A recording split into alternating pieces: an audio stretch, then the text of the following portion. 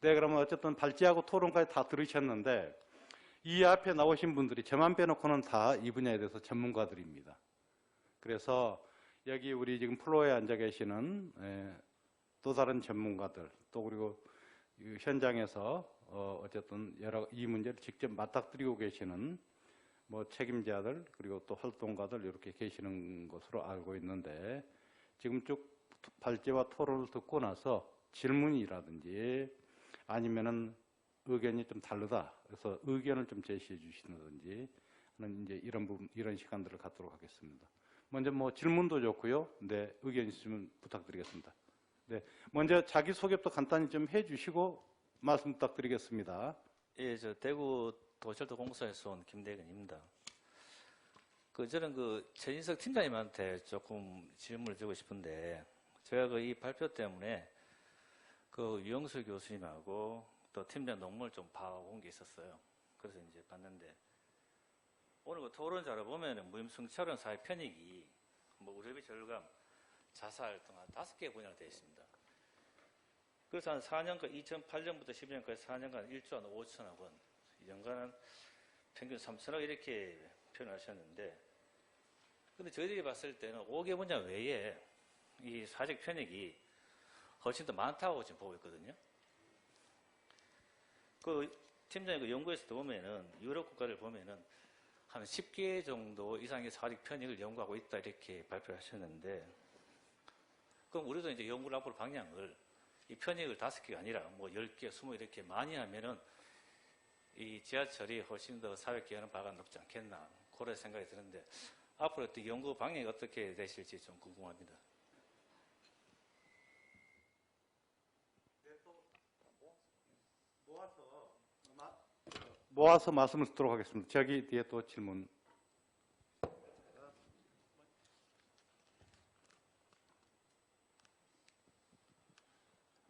대전 도시철도공사 기획예산 팀장입니다. 저도 최진석 팀장님께 하나 질문 드리고 싶은데요. 아까 이제 기반시설 관리법 이제 말씀하셨는데 기반시설 관리법상에 이제 관리 계획을 지자체가 이제 세우게 돼 있지 않습니까? 근데 국비 지원 한도라고 하는 것이 관리 주체별로 충당금 범위 내에서 이제 할 수 있도록 그렇게 되어 있습니다. 그런데 사실은 좀 더 어떤 명확한 지원 금액이랄까 아니면 세부적인 지침이 있어야 되는데 사실 지자체의 관리 계획을 세우는 데 있어서 정부가 실질적인 어떤 지원이 명확하지가 않다면 시도 재원 마련하는데 어려움이 있기 때문에 대책에 굉장히 소극적인 것이 사실이거든요.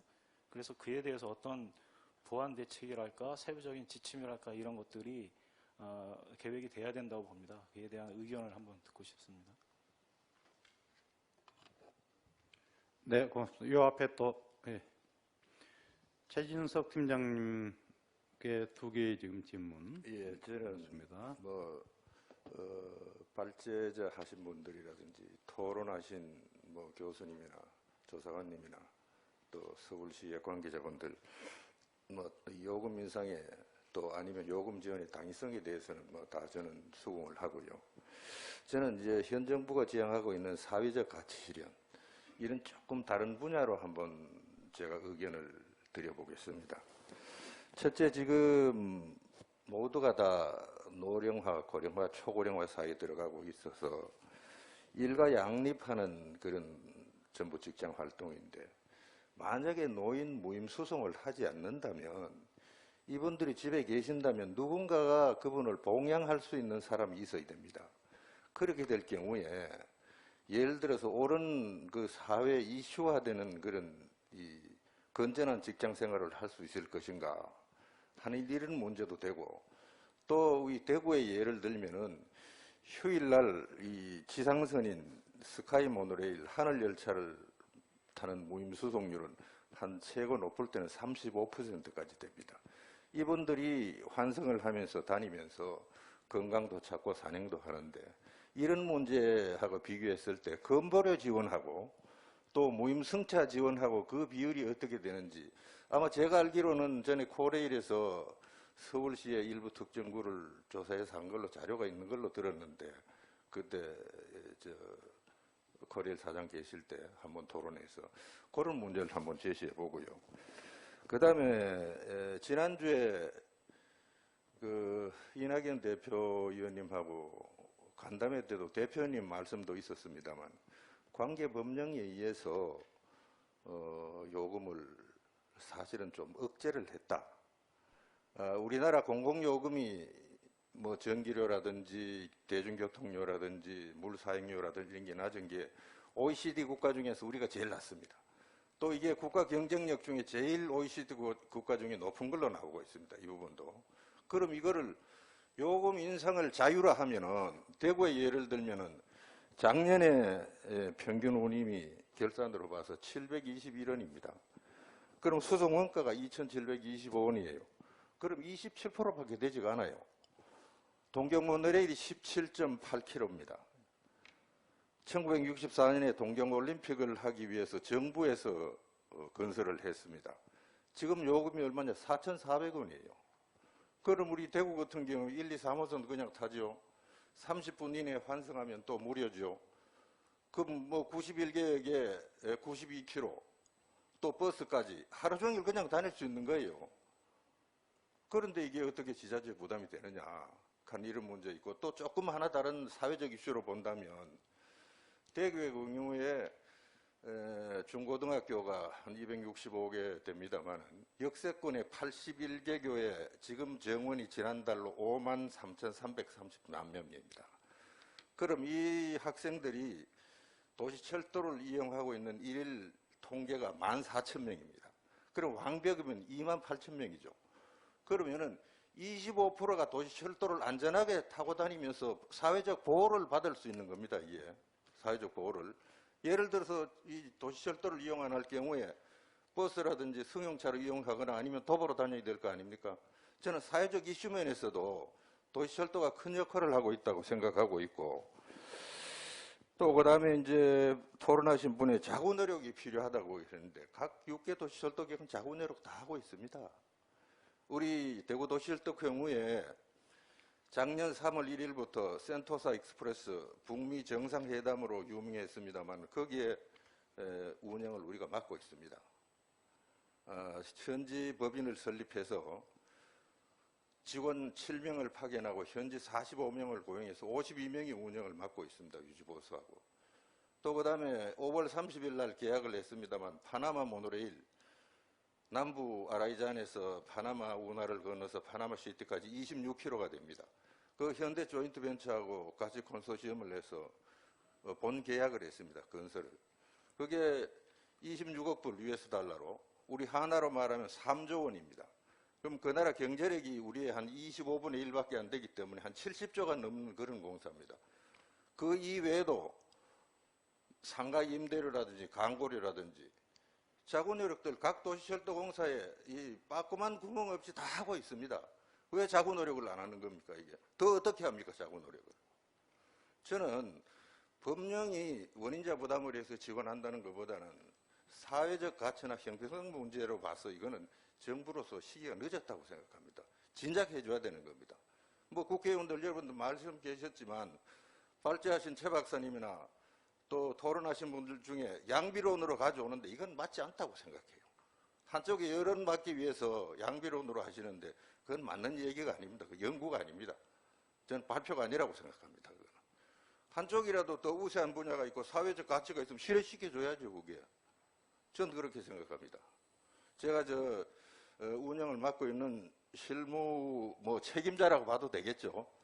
대구시에서 한 35년 근무하다가 여기 나와서 7년째 하고 있습니다만은 이게 번번이 안 되는 게 양비론으로 왔기 때문에 안 되는 겁니다. 그래서 언론이나 어느 한쪽에 책임을 묻는다고 그걸 피하기 위해서 양비론으로 이건 이런데 뭐지 중간에 그리 얘기하시면 안 되고요. 확실히 해주려면 확실히 해주는 게 맞습니다. 이상입니다.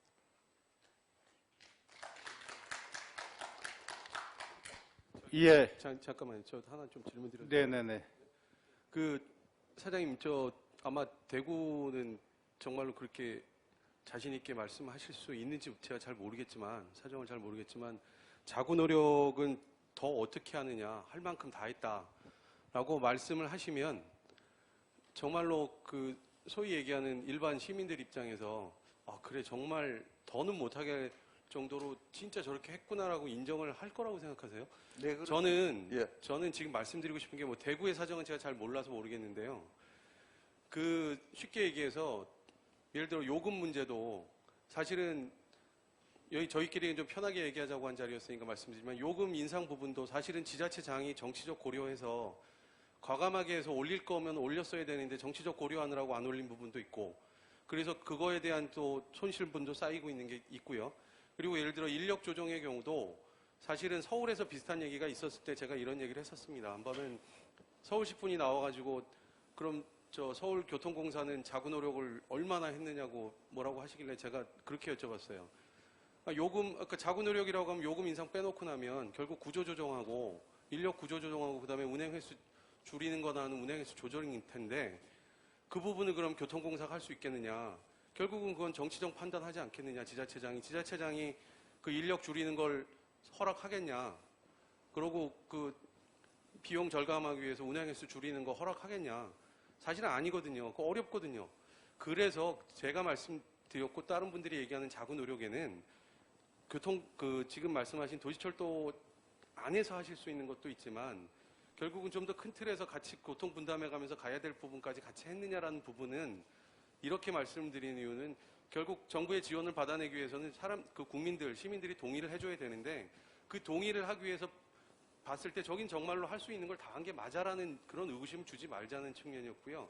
그런 의구심이나 이런 걸 풀고 정당성을 받기 위한 측면에서 보자면 대구는 잘 모르겠습니다만 아직은 제가 보기엔 이렇게 지금 말씀하신 그런 뭘 더 어떻게 하나라고 말씀하실 정도까지는 아니라는 생각이 사실 전 있습니다. 예, 강 부장님 말씀도 일리가 있는 얘기입니다.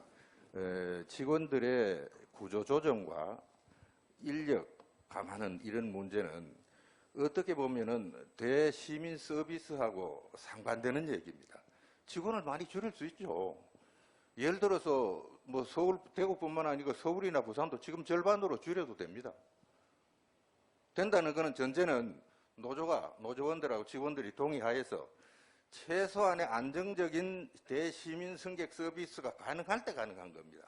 그리고 노사협의로 구조조정이나 직원을 증원하고 할 때 사장이라고 해서 조합편 들어서 막 풀어주지는 않습니다. 그거는 그럼 강 부장님 말씀 뭐 일리가 있는 문제 저는 수긍해요. 그거는 정치 기준이 뭐냐? 대승객 시민 서비스를 원활히 할 수 있는 정도의 인력이면 가능하다 하는 거고요. 그 다음에 이제 제가 비근한 예로 뭐 대구를 하나 예를 들어서 죄송합니다만은 우리 3호선의 경우는 모노레일로 야외로 다닙니다. 지상으로 한 20m 정도 떠서 그래서 거기에 랩핑 광고라 그래서 외부 광고를 그 고객 광고법상 2분의 1 이상은 못하도록 돼 있어요. 그거는 행안부에 저희들이 노력해가지고 4분의 3으로 할 수 있도록 시행령을 고쳤습니다. 고쳐서 업체 광고를 26편성이 하면서 3년간 8억의 광고 수익을 올리고 있습니다. 쉽게 얘기해서 전동차를 이동하는 5개 광고물로 이용해서 광고료를 그 정도 받고 있습니다. 그 다음에 청원통신료라든지 이런 부분도 뭐 자구 노력의 일환으로 들어가지만 다른 도시철도도 마찬가지일 겁니다. 할 수 있는 분야는 최대한 노력을 노사가 다 하고 있다는 말씀을 드립니다. 예.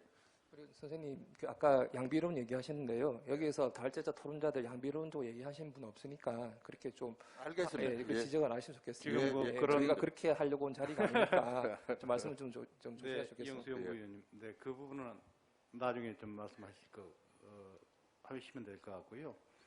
뭐 문제 지적들 정확히 좀 잘 해주셨는데 이 부분들은 조금 더 좀 토론이 필요할 수도 있습니다. 그런데 어떤 자구 노력과 관련되는 부분들은 열심히 하신 부분들도 충분하게 인정할 수도 있지만은 아까 우리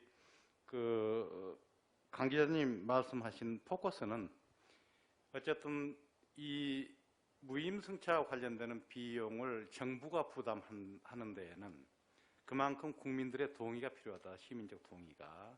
한편으로 바꿔 말씀드리면은 시민들이 우리 도시철도의 팬들이 다 돼줘야 된다는 겁니다. 그래서 열심히 노력하시는 분들을 어떻게 시민들한테 잘 설득하실 건지 이런 부분도 굉장히 중요한 포커스라고 저는 생각을 합니다. 그러니까 열심히 자구 노력으로 하시는 부분들과 시민들을 설득하시는 분들 부분들 이제 이 부분들을 조금 더 감안을 하시면 어떻겠는가 싶고요.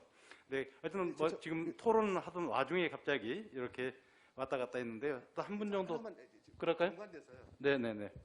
죄송합니다. 연관돼서. 네. 사실 우리 그 강갑석 기자님은 그 언론이시지만 사실은 전문가 이상이시거든요. 교통 박사시고. 근데 이제 아까 그 이제 운영비 쪽을 이제 강조드린 이유가 이렇습니다. 지금 이제 논리적으로 어차피 정부의 지원이 필요한 건데 이거를 좀 무임수송 비용을 지원하려는 거는 방해 아니란 말씀 드리는 겁니다. 뭐냐면 이게 그 똑같은 이제 서울시도 말씀하셨지만은 건설만 해주고 계속 노후화되는데 이거 다 운영비, 그러니까 유지보수 운영비를 지원을 받아야 되는 거거든요. 그 이야기를 해야 되는 거지. 만약에 그렇지 않고, 그러니까 65세 이상의 무임수송에 대해서 보조되라 그러면 어떤 논리가 바로 나오냐면요. 그래서 지하철 사후수관이 괜찮아요. 그 노인 무임 전에 다 계획된 거니까.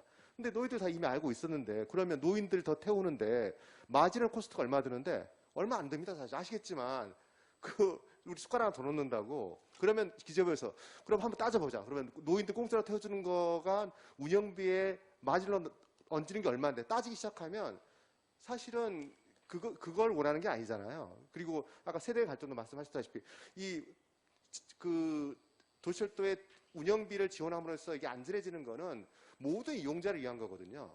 그래서 운영비 지원이 논리적으로 맞지. 이걸 이제 무인이라는 걸 그래서 그 파트 말씀드린 건 강 기자님 의견에 이제 반대하는 게 아니라 이제 그런 관점이라는 걸 말씀드립니다. 네, 네, 알겠습니다. 어쨌든 네, 어떻게 해야지 설득적인 관점들이 더욱더 강할 수 있겠는가 하는 그런 고민이신 것 같습니다. 네, 저기 아까 가운데도 또 한 분 계셨던 것 같은데 먼저 말씀들 마저 듣고 우리 여기 패널에 대해서 좀 뭐라고 코멘트를 함께 하는 걸로 하겠습니다. 예, 반갑습니다. 부산지하철 노동자위원장 임원기라고 그럽니다. 토론해 주시고 또 발제하신 내용들 잘 들었고요. 또 뭐 중요하고 또 핵심도 잘 짚었다고 생각됩니다. 근데 이제 제가 좀 이야기 드리고 싶은 거는 뭐 결론부터 이야기하자라면 이제 임계치가 왔기 때문에 결정을 해야 된다는 말씀이고요. 그리고 여러분들 중에서 고려할 지점들이 많다고 했는데 다 맞습니다. 무엇보다 맞습니다. 그러나 그거는 운영 주체에서만 할 수 있는 문제가 아니기 때문에 결정을 해야 된다는 거고 나머지 문제들은 이거 결정하고 연관되어 있는 문제는 국가적인 문제인 거예요. 그리고 국가 시스템과 관련된 문제까지도 다 이야기되지 않습니까?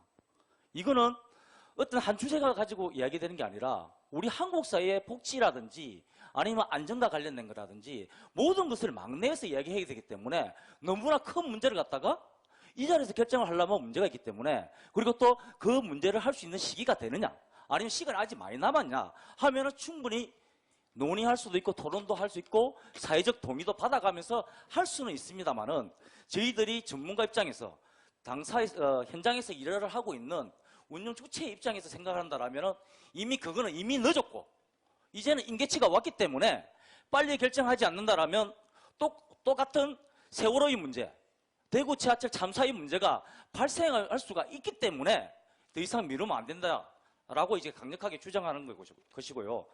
또 하나 더 나왔던 얘기 중에서 있는데 부산 지하철에서 파업하는 시기가 있습니다. 인건 가지고 파업한 적 한 번도 없습니다. 그러나 호선이 늘어날 때는 반드시 파업을 했습니다. 왠 줄 압니까? 호선이 늘어나면 무조건 구조조정을 하기 때문입니다. 그 구조조정을 왜 합니까? 운영비 절감하라고 그러는 거예요. 그런데 운영비와 관련해서 절감할 수 있는 방법은 한 가지밖에 없습니다. 해외 유치, 광고 이런 거 중요하지 않습니다. 그거 얼마 안 돼요. 전부 다 가격입니다. 한마디로 교통비겠죠.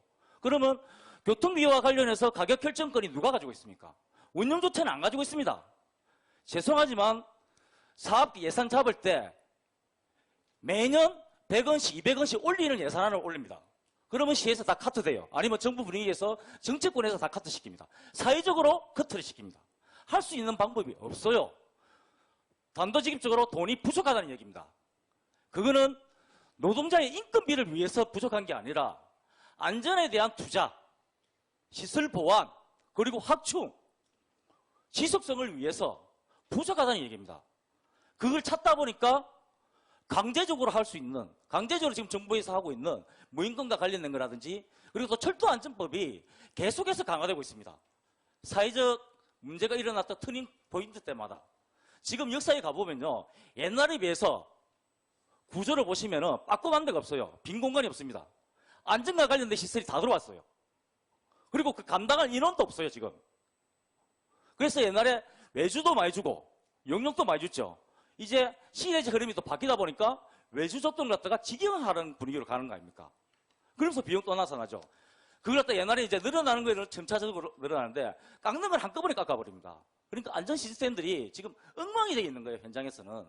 더 이상 제가 한계치가 왔다, 임계치가 왔다로 가는 게 그겁니다. 그래서 지금 현재는 사회적 전체를 갖다가 바라보는 시각은 이미 늦었다는 거예요. 그걸 할 수 있는데 그걸 하려면 시간이 많이 걸리지 않습니까? 그 사이에 안전사고 나면 어떻게 감당할 것이냐, 그 사회적 비용은 누가 감당하고 책임질 것이냐, 이제는 불가능하다는 얘기입니다. 이제는 결단할 시기고 그 초점으로 토론이라든지 사회적 분위기가 돼야 된다. 그리고 자구 체감 저희들 분명히 하고 있습니다. 노동자 임금을 깎아서 540명을 채용한 부산지하철입니다. 사회적 분위기 좋아요. 근데 요금을 올리자면 사회적 분위기가 안 되잖아요. 그러면은 할 수 있는 건 뭡니까? 이것도 해보고 저것도 해봤는데 국가에서 지원해요. 안전에 대한 투자지 운전비에 대한 투자가 아니란 말씀을 분명히 드리고 싶습니다. 그래서 이제는 전체적으로 바라보는 걸 다 봤는지 해야 되지만은 이 시기는 전체적인 부분들을 바라보면서도 이 문제에 대해서는 시기적절하게 지금 현재 해결하는 방법을 찾아야 된다라는 부분에 논점이 돼야 되고 그리고 결론을 내야 되는 시기가 아닌가 그렇게 생각을 합니다. 이상입니다. 네, 굉장히 절박한 말씀 잘 들었습니다.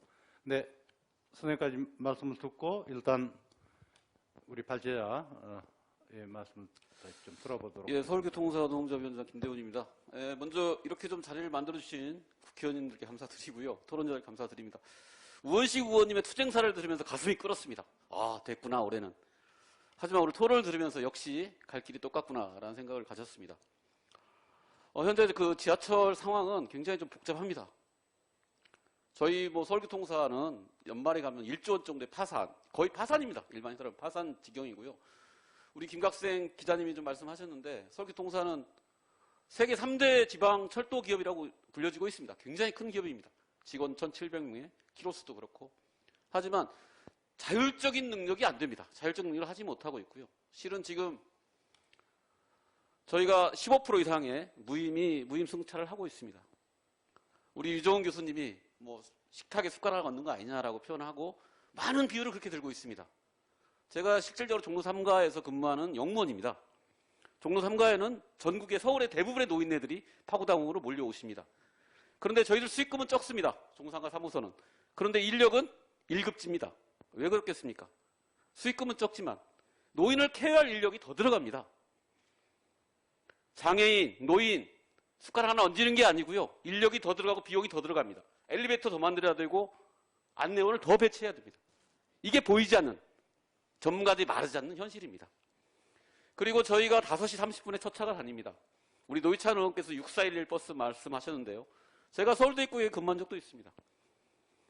90%가 자리가 없습니다. 첫 차가. 90%가 다 어르신들입니다.